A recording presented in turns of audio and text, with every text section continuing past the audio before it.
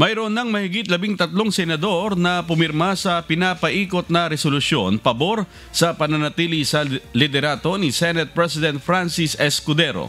Umaasa si Senate President pro tempore Jinggoy Estrada na hindi na magbabago ang desisyon ng mga senador na pumirma sa resolusyong ito sa pagpapatuloy ng liderato ni Senate President Francis Cheese Escudero. Pagdating anya ng July 28 ay maaaring hindi na kailanganin pang magbotohan ng mga senador kung sino ang magiging Senate President. Sa halip ay magsusumite na lang sila ng sulat na may mahigit 13 boto na sila pabor kay Senator Escudero. Sa dami-anya ng kanilang boto ay maaaring tawagin itong supermajority.